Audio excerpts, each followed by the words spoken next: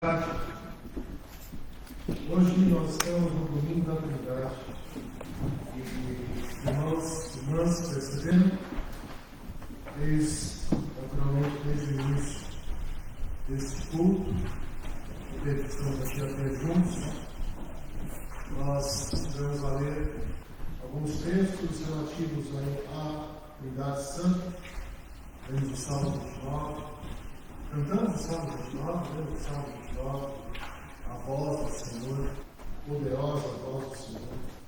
Vamos à leitura também, Isaías, no seu capítulo 6, texto belíssimo, que tanto fala da questão do chamado, quanto da questão do pecado, das falhas humanas, da purificação do envio da parte de Deus para com o profeta.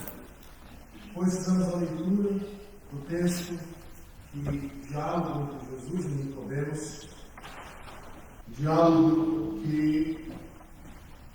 nós falamos disso há pouco aqui, o diálogo que chama a atenção de todas as formas, que fala da missão também do Filho do Homem. Cantamos que Deus está presente, Cristo está presente, e o Espírito está presente. E tudo isso nesse sentido que estamos a dizer, o culto à Trindade. Hoje é um dia especial na nossa liturgia jornal, é a liturgia do culto à Trindade, do domingo da Trindade. E também, além da Trindade, nós não nos esquecemos, estamos ainda a celebrar o mês da família, o mês de maio, mês da família, tivemos aqui nós juntos, tivemos momentos muito importantes e muito interessantes, celebrar a família no Dia das Mães, também a família de Cristo na sua virtude, a recepção de novos membros por batismo. E hoje, nesse domingo da Santificabilidade, que finaliza esse tempo também de celebração da família, eu quero compartilhar com os irmãos e com as irmãs um texto que nos dá um exemplo bastante enfático a respeito de família. E o texto que está no livro de Gênesis, no capítulo 25, no capítulo 27, 29 e 34. Deixa eu achar aqui a minha referência.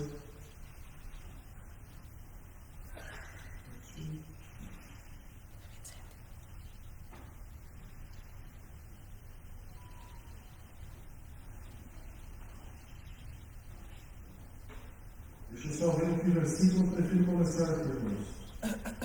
E a referência daqui não está boa.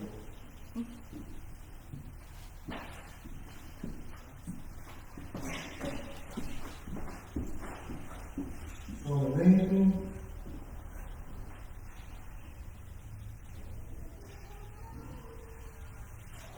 As coisas acontecem, né? Não é só comigo. É porque eu apontei as coisas na outra Bíblia e aqui eu trouxe a Bíblia também no presente, não tem um apontamento e agora eu estou aqui com vocês. Muito texto corrido. Mas aqui está tudo lindo.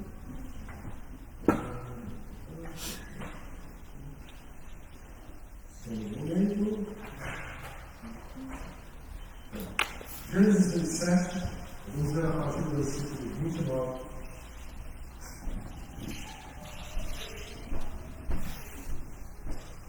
Gênesis 27, a partir do versículo 29.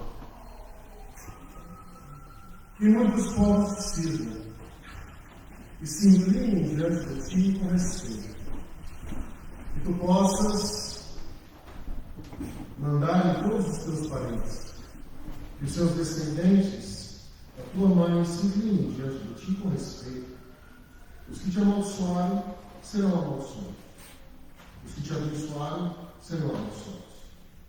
Depois de Isaac lhe ter dado a bênção, Jacó saiu junto de seu pai e Esaú chegou da caça naquele preciso momento. Esaú foi também preparar um prato saboroso e levou a seu pai e disse-lhe: ó pai, levanta-te e come da casa do teu filho. Levanta-te e come da casa do teu filho, para me dares a tua bênção. Isaac perguntou-lhe, mas quem és tu? Ele respondeu, sou Esaú, o teu filho mais velho. Isaac ficou terrivelmente preocupado e disse, mas então, quem é que veio antes trazer-me caça? Eu já a comi antes de tu chegares, e já lhe dei a bênção. Portanto, fica abençoado. Senhor nosso Deus, nós te agradecemos por esse tempo, Pai, que o Senhor nos concede nesta manhã. Tempo, Senhor, para meditarmos na tua palavra, tempo para adorarmos o teu nome. Tempo, Senhor, em que nós nos reunimos no teu nome. E tempo, Senhor, no qual pedimos a Ti que o Senhor ilumine o nosso coração e a nossa mente, para que possamos, ó Pai, compreender a palavra que o Senhor nos envia.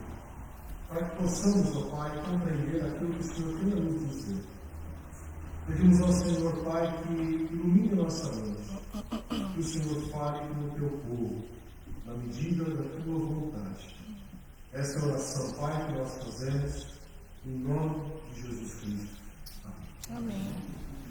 Irmãos, esse dia que, então, no dia da Santíssima Trindade, também o dia que nós estamos aqui a falar da família, mais uma vez, nós nos deparamos com esse texto, o texto dos dois irmãos, que um deles recebe a bênção, o outro não recebe a bênção, e então, diante do seu pai, do leito de morte, ou há pouco tempo, do leito da sua morte, e o fato antecede a isso aqui que nós vemos.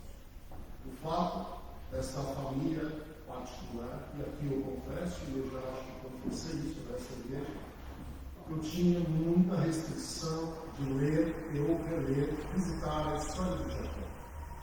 E digo isso porque Jacó é um personagem que para mim sempre foi alguém muito peculiar. E falando de peculiar, eu não gostava dele de Jacó, para ser muito direto com as palavras. E eu queria entender o porquê que um povo que é chamado e abençoado por Deus, que é escolhido por Deus, leva o nome de um indivíduo que ganha a sua bênção a partir de uma enganação ao irmão, ganha a bênção e o outro sai ali ferido com aquela situação. Nós sabemos que a vida de Isaac, de Jacó também não foi uma vida fácil, mas Jacó foi um abençoado e essa bênção tão tremenda nasce de um conluio. Eu não gostava nada dessa história. Foi uma história que realmente me chamava muita atenção. E no capítulo 25, quando nós retornamos ali para o capítulo 25 do livro de Gênesis, nós podemos ler, por exemplo, aqui no versículo 29 do capítulo 25. Um dia Jacó estava preparando um cozinhado, famoso guisado de ovelhas, não é? Guisado de ovelhas. Quando Esaú estava de regresso do campo e vinha muito cansado, Esaú pediu-lhe, dá-me um pouco desta comida avermelhada, que eu venho muito cansado. Por isso Esaú ficou com a alcunha de Edom. Jacó respondeu, só se tu me deres também em troca os direitos que tens de filho mais velho. Esaú respondeu, se tens de morrer de fome, para que me serve o direito de filho mais velho? Jacó disse, tens que me jurar primeiro que o farás. Então Esaú jurou e cedeu a Jacó os seus direitos de filho mais velho. E Jacó deu a Esaú pão e um prato de lentilhas. Esaú comeu e bebeu, e depois foi-se embora, sem atribuir nenhuma importância aos direitos de filho mais velho. Aqui também a coisa se torna uma coisa um pouco esquisita, porque diante da necessidade do irmão, que está ali com fome, Jacó então ganha do irmão a bênção da primogênita.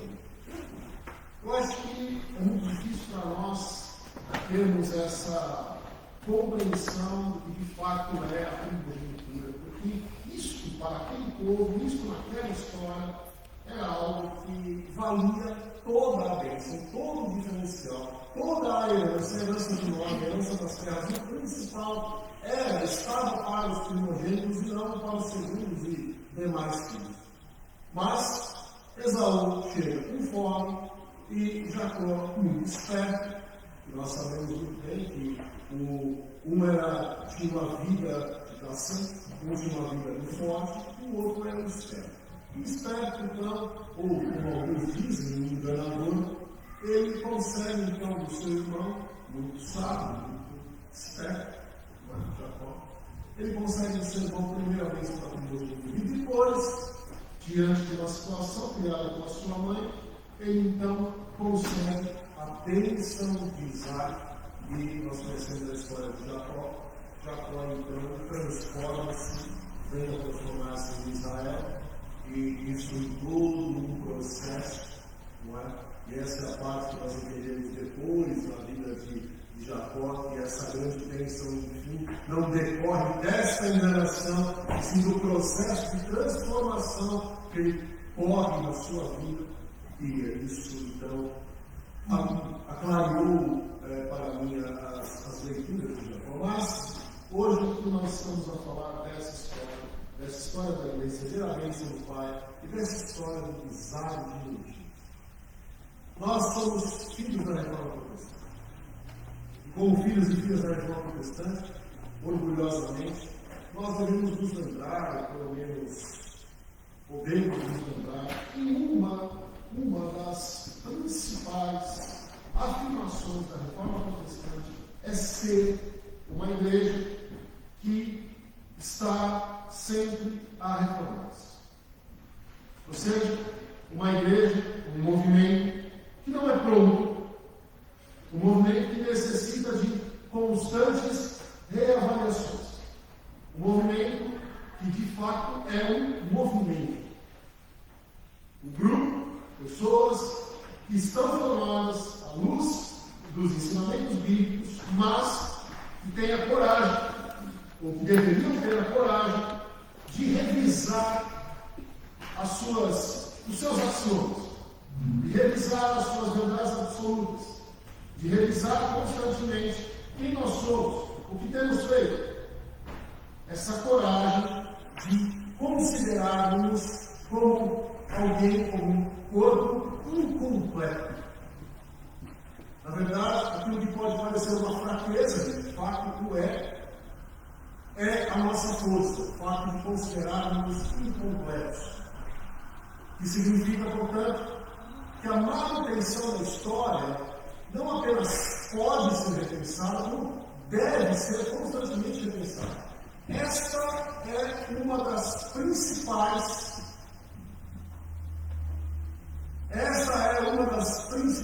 principais ensinos, uma das principais heranças da Reforma Protestante. Igreja reformada sempre está em constante reforma. Isso já faz nos pensar. Ou seja, se de fato o somos, se de fato estamos dispostos. Por que eu só falo em Reforma Protestante em maio? No final do mês de maio, primeira vez, nós só falamos em outubro, lá no dia 31 de outubro, quando foram pregadas as 95 ou aproximadamente 95 pés da Catedral de Wittenberg. Quando nós falamos de manutenção da história e necessidade de revisão da história, nós podemos ir para além um pouco, para ampliar a nossa visão, podemos ir um pouco para fora da igreja. Talvez nós focamos na igreja, mas podemos ir um pouco para fora da igreja para tentar compreender, à luz de eventuais outros exemplos, se é verdade que a história deve ser repensada e, eventualmente, modificada. Os irmãos aqui, as irmãs, lembram-se, ou eu conheço muito bem, a história de Galileu, Nicolau Copérnico, Jordano Bruno, que foram condenados, ou pelo menos Copérnico não chega a ser condenado, mas fica com muito medo de se publicar. Galileu Galilei segue as suas teorias. E então, porque eles tinham medo de serem condenados pelo Santo Ofício, porque eles afirmavam que era a terra que girava ao redor do Sol. que não era o Sol, que girava ao redor da Terra. Então Copérnico tinha esse medo, essa teoria, e depois alguns outros o seguem, que são de fato condenados. Os irmãos aqui talvez se lembrem do contraste que nós olhamos para um país, Japão, e nós olhamos para um país, no Japão de 1960, com da década de 1960, com as suas agruras devidas a alguns anos que anteciparam essa data, esse período, e depois no Japão, a partir da década de 1990, que se transforma-se em uma verdadeira potência, ou seja, um passado em glória, mas um presente, um futuro glorioso. E também não podemos lembrar aqui da Coreia do Sul, na década de 1990, e a Coreia do Sul, muito próxima, a partir do primeiro decênio dos anos 2000. Por exemplo, na indústria automobilística. Por exemplo. O que eu estou aqui a dizer é que o sucesso do passado não garante um sucesso do futuro, do presente e do futuro. E o contrário também é verdadeiro, ou seja, as frustrações, os erros e o viver mal do passado também não garante, não necessariamente deságua no futuro de frustrações, ou no presente de frustrações. Estou aqui a trazer exemplos de coisas que eram ruins ou eram fracas e tornaram-se fortes. Não é porque o passado era fraco que manteve-se forte. Eu me lembro gosto desse exemplo, do relógio 90 quartos. O relógio 90 quartos foi inventado, eu escrevi isso há algum tempo, e foi inventado na Suíça em 1968. Mas para os suíços, que com a sua tradição, os relógios, aquele relógio de quartzo aqui não servia. Aquilo era muito simplista.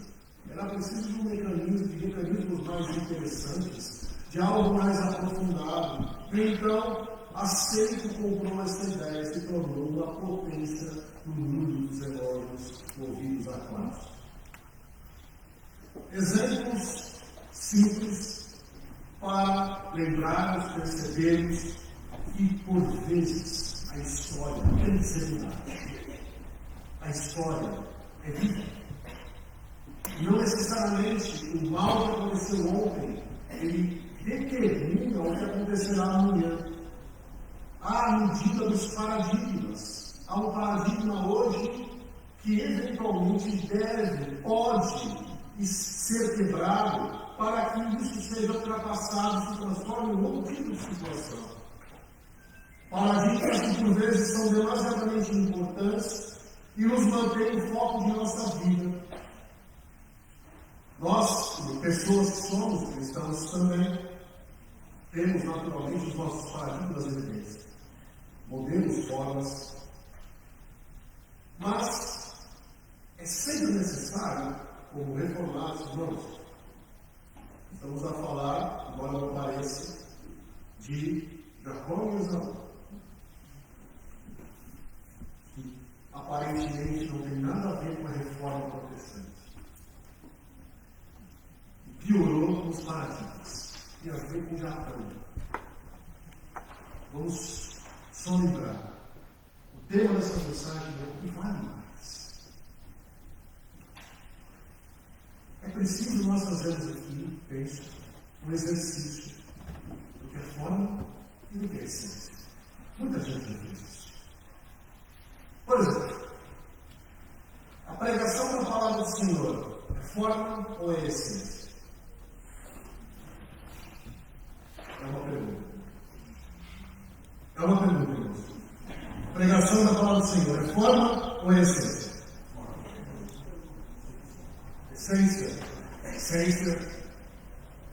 A forma como ela é pregada, daqui nesse púlpito, com essa roupa, é forma ou é essência? Exato.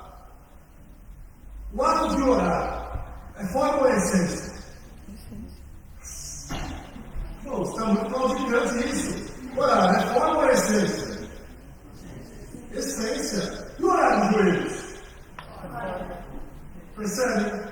É preciso nós, por vezes, fazermos esses exercícios, porque às vezes nós também nos confundimos. O culto dominical, no formato que ele acontece, já dei até a dica, não é? Do jeito que ele acontece, é essência ou é forma? É forma. E o culto a Deus? No nosso coração, na nossa casa, na igreja, ou seja onde for, o culto a Deus é essência. É preciso nós percebermos, por vezes, ou lembrarmos, ou rememorarmos, porque é essência e forma, a fim de parar de sacramentalizar a forma em lugar da essência. Porque é muito comum nós darmos a importância, às vezes, indevida, aquilo que é forma. É muito comum nós darmos muita importância para o prato de lentilhas e não darmos importância para a primogênita nesta analogia. Porque para Esaú, do que, e assim que finaliza o texto, de que me vale essa primogenitura se eu estou com fome? Era muito mais importante para ele comer. Só que ele perde o significado daquilo que é a essência para aquela história do formato passar à frente e dar-se mais importância àquilo. E não é possível negociarmos tantas vezes como nós fazemos a nossa primogenitura como guisado de ervilhas. De lentilhas? Eu estou pensando lentilha de ervilha. A lentilha no texto é vermelha. Para mim é castanha. Mas aqui, e a lentilha não, ervilha. Mas alguns preconceitos, irmãos, devem ser quebrados. Alguns paradigmas devem ser questionados. E foi assim, por exemplo, que nós vemos na Reforma Protestante, que esse legado que nós temos, que desencadeia no movimento reformador, qual seja, de questionar o status, de questionar como o Copérnico fez, de que, na verdade, o que gira é a Terra, e não é o Sol, falei certo, não? O que gira é a Terra, e não o Sol. Mas era algo que era sacramentalizado. Mas os paradigmas precisam ser quebrados para que haja avanço. E muitas vezes nós, como cristãos, temos algumas manias de sacramentalizar. O ser humano tem isso, mas o cristão tem isso de uma forma maravilhosa, de sacramentalizar as formas em detrimento da essência.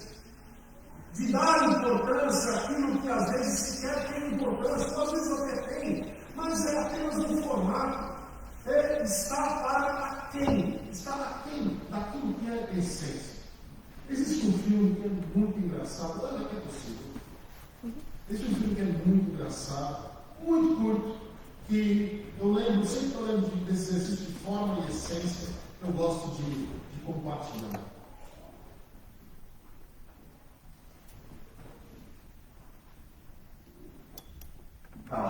Os sempre fizeram uma escada, e sobre ela um cacho de bananas. Quando o macaco subia a escada para apanhar as bananas, os cientistas lançavam um jato de água fria nos que estavam no chão.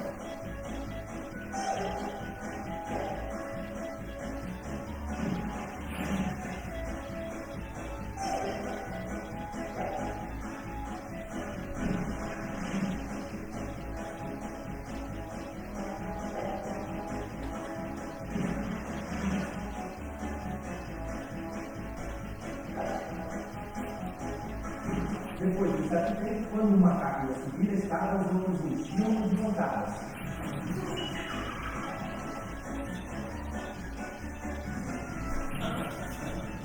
Passava mais algum tempo e nenhum macaco subia mais a escada, apesar da tentação das bananas. Então, os cientistas substituíram um dos macacos. A primeira coisa que ele fez foi subir a escada, sendo rapidamente retirado e surrado pelos outros.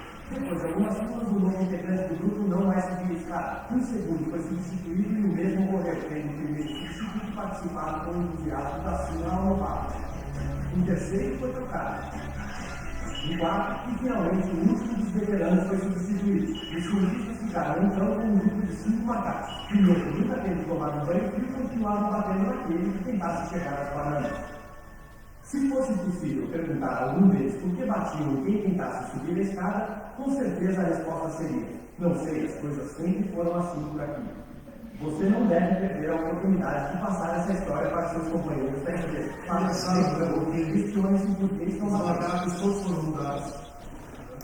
Todos foram mudados. Eles não sabiam que eles apanharam. Mas questionaram a frase final, que é a frase que nos indica a moral. Não sei. Eu sei que sempre foi assim. E muitas vezes nós somos assim. Por que nós temos um determinado rito? Não, isso não pode mexer. Isso não pode mudar. Por quê? Não, sempre foi assim, o que me explica. Me dá um fundamento. E por muitas vezes nós transformamos isto no principal, isto na primogenitura. E no fim, é apenas um guisado de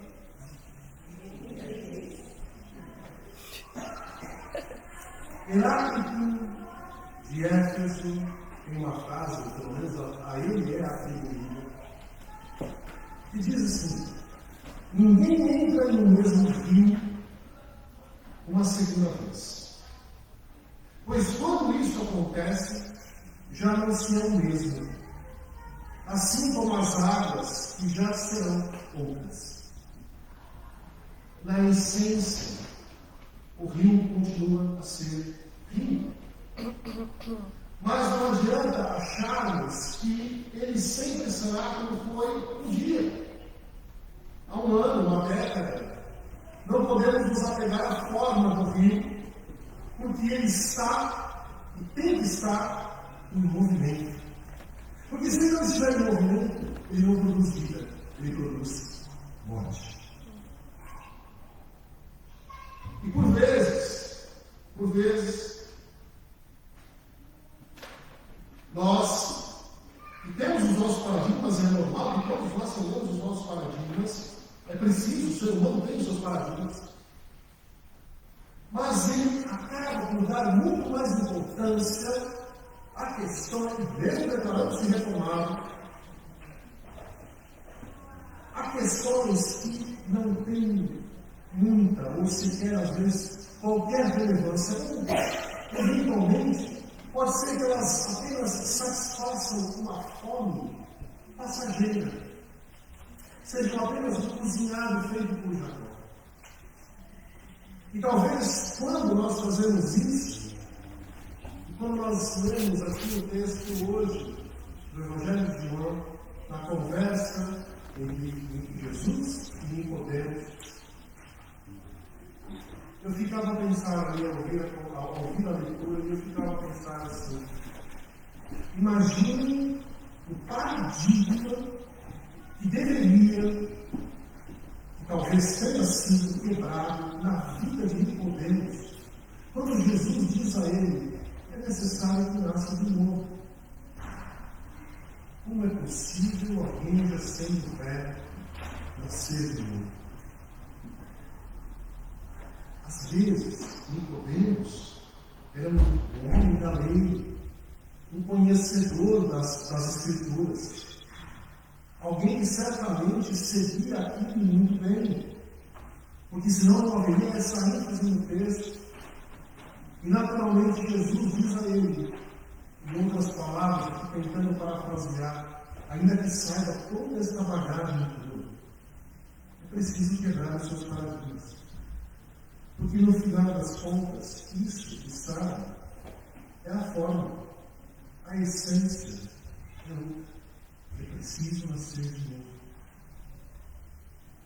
E nós muitas vezes, irmãos, quando nós não fazemos esses exercícios, por exemplo, de forma, de essência, nós nos apegamos e sacralizamos coisas que são secundárias, ou que sequer tem qualquer tipo de importância, ou eventualmente apenas saciam a fome no momento em que voltamos para casa. E deixamos de lado e falamos às vezes sem querer, como Esaú, de que me serve essa primogenitura? Entendam aqui a minha analogia. E algumas perguntas que ficam para nós. fecharmos essa meditação. E a minha intenção hoje aqui, diante do teu coração, do meu coração, que Deus fale no vosso coração e no meu, mas a minha intenção é te encher de Deus. A minha intenção é te encher de Deus. O que será que nós estamos dispostos a repensar e a mudar quem nós somos? Nós não exaltamos a reforma protestante e a alteração da leitura tacanha que existia nos textos bíblicos. Nós não estamos dispostos a reler as nossas vidas e verificar se nós de fato estamos a dar mais força à forma ou à essência. Será que nós estamos dispostos a repensar isso para que se evidencie a essência? Ou estamos mais dispostos a trocar a essência por um guisado de mentiras? O que vale mais?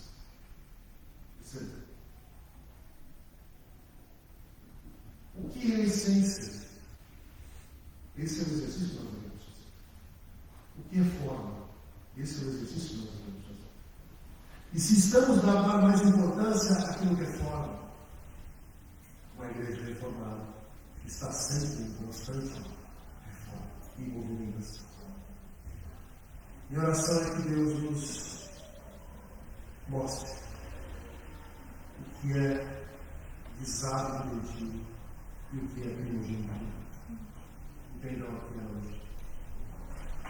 E faça com que nós tenhamos a humildade e a coragem